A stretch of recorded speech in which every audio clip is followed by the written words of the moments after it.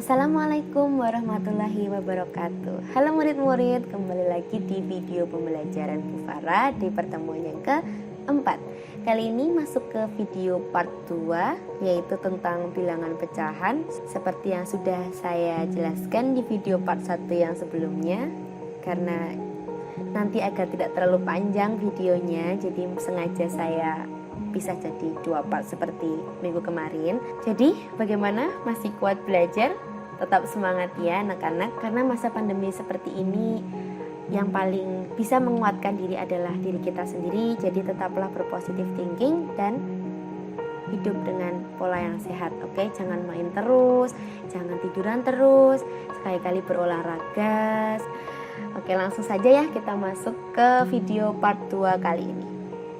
Kita masuk ke untuk apa sih bilangan pecahan itu? Nah, kita mengetahui nih tentang fungsinya bilangan bulat itu apa. Kan kita mau menyatakan sesuatu, misalkan banyaknya buah.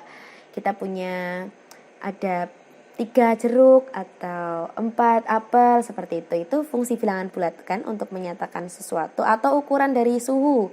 Misalkan saking dinginnya suatu pegunungan sampai dia suhunya adalah minus 3 derajat Celcius. Nah, itulah bilangan bulat di situ gunanya. Lalu kalau pecahan, apa gunanya coba? Ada yang tahu? Nah, bilangan pecahan itu dia menggambarkan tentang suatu benda yang dibagi menjadi beberapa bagian.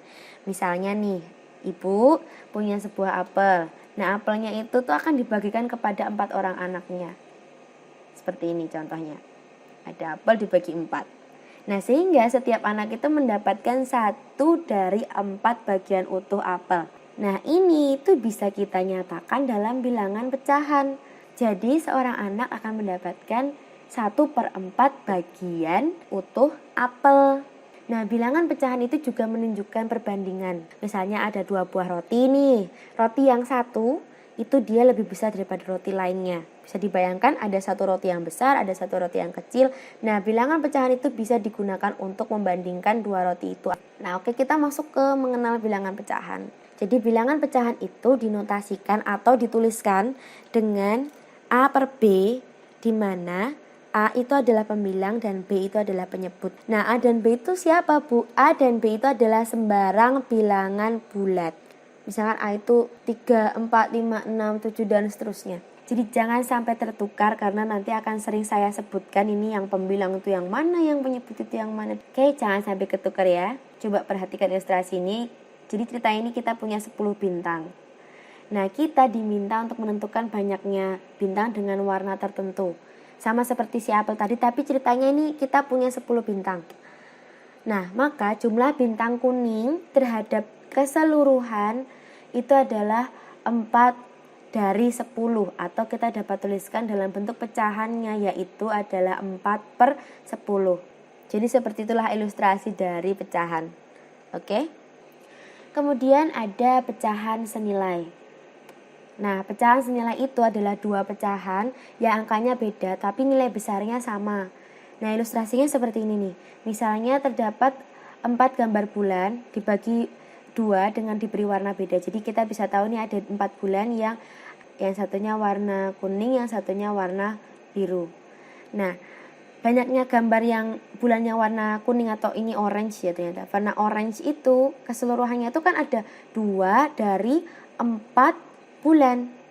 Nah, tapi coba diperhatikan lagi nih. Itu kan berarti si bulan orange itu kan ada setengahnya dari 4 bulan ini kan. Nah, maka kita bisa bilang bahwa dari 2/4 bulan ini dia sama nilainya dengan setengah dari keseluruhan bulan. Untuk mengetahui ini pecahannya tadi itu kita anggap senilai atau tidak, kalian hanya perlu membagi atau mengalihkan pembilang dan penyebutnya itu dengan angka yang sama. Jadi bisa juga kalau kalian ingin mengetahui apakah suatu bilangan pecahan itu dia merupakan senilai dengan bilangan pecahan lainnya itu tanpa ilustrasi, kalian bisa membagi atau mengalihkannya. Misal 2/4 ini pembilang dan penyebutnya sama-sama kita bagi dengan 2. Jadi 2 dibagi 2, 4 dibagi 2. Dia sama dengan 1/2. Nah, jadi salah satu contoh pecahan senilai ini seperti ini nih.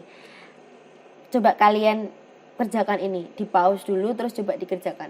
Kira-kira kalian bisa nggak mengerjakan ini? Oke. Sudah? Nah, apakah jawaban kalian sama seperti ini? Nah, untuk yang sudah bisa mencari pecahan senilai itu seperti apa, nantilah kalian mendapatkan ini. Kita masuk ke membandingkan bilangan pecahan. Ini sudah pernah saya bahas kemarin di pertemuan yang kedua tentang mengurutkan bilangan pecahan ya, mengurutkan bilangan. Contohnya ini akan saya bahas lagi sedikit, mana yang lebih besar di antara 3/5 dan 4/7. Nah, cara yang pertama tadi kita gunakan di pertemuan yang kedua itu ada 3/5 dan 4/7. Kita kalikan 5 dengan 4 dan 7 dengan 3 di posisinya pembilang. Jadi kita dapatkan 3 dikalikan 7, apakah lebih besar daripada 4 dikalikan 5? Mari kita lihat hasilnya. Nah, ternyata 3 dikalikan 7 itu sama dengan 21 dan 4 dikalikan dengan 5 sama dengan 20. Sehingga tanda yang tepat di antara 21 dan 20 adalah lebih besar. Jadi kita dapatkan bahwa 3/5 itu lebih besar daripada 4/7. Atau cara kedua, cari KPK-nya dari penyebut 3/5 dan 4/7 tadi, sehingga akan mendapatkan penyebut yang sama.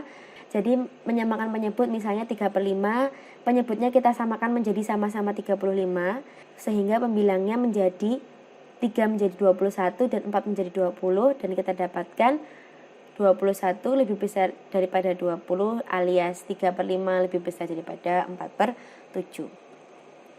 Mengenal jenis pecahan. Ada dua, yaitu pecahan murni dan pecahan campuran. Yang pecahan murni terlebih dahulu. Kita lihat di sini, pecahan murni itu hanya terdiri dari pembilang dan penyebut. Jadi hanya ada dua tadi, A per B. Seperti ini, sudah sering kalian lihat. Dan pecahan campuran itu merupakan pecahan yang terdiri dari pecahan murni ditambah dengan bilangan bulat.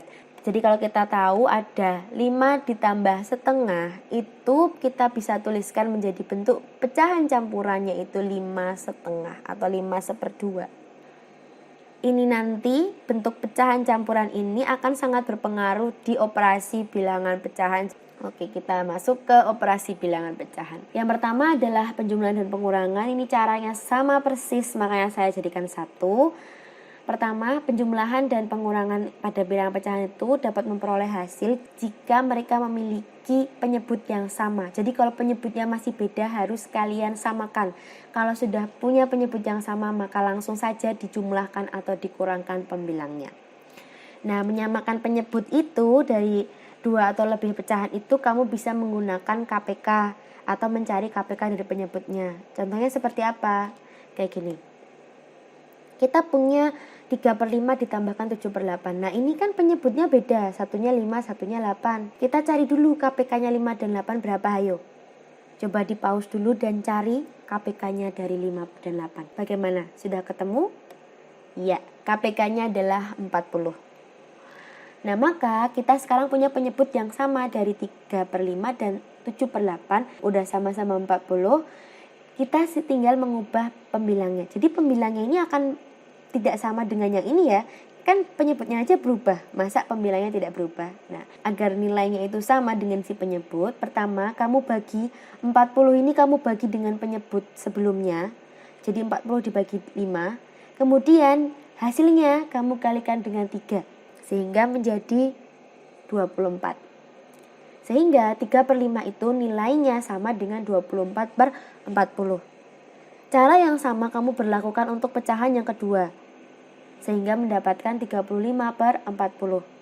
Nah, lanjut, karena sudah sama penyebutnya langsung aja ditambahkan pembilangnya. 24 ditambah 35 sama dengan 59/40. Oke, perhatikan bentuk ini. 59/40 ini kan nampak bahwa pembilangnya itu lebih besar daripada penyebutnya. Kalau seperti ini bisa dirubah menjadi bilangan pecahan campuran. Ingat kan tadi pecahan campuran isinya siapa aja? Bilangan bulat ditambahkan dengan bilangan pecahan murni. Nah, bilangan pecahan campuran ini cara membentuknya dari bilangan pecahan murni. 59 itu kok dibagi 40 dapat berapa coba?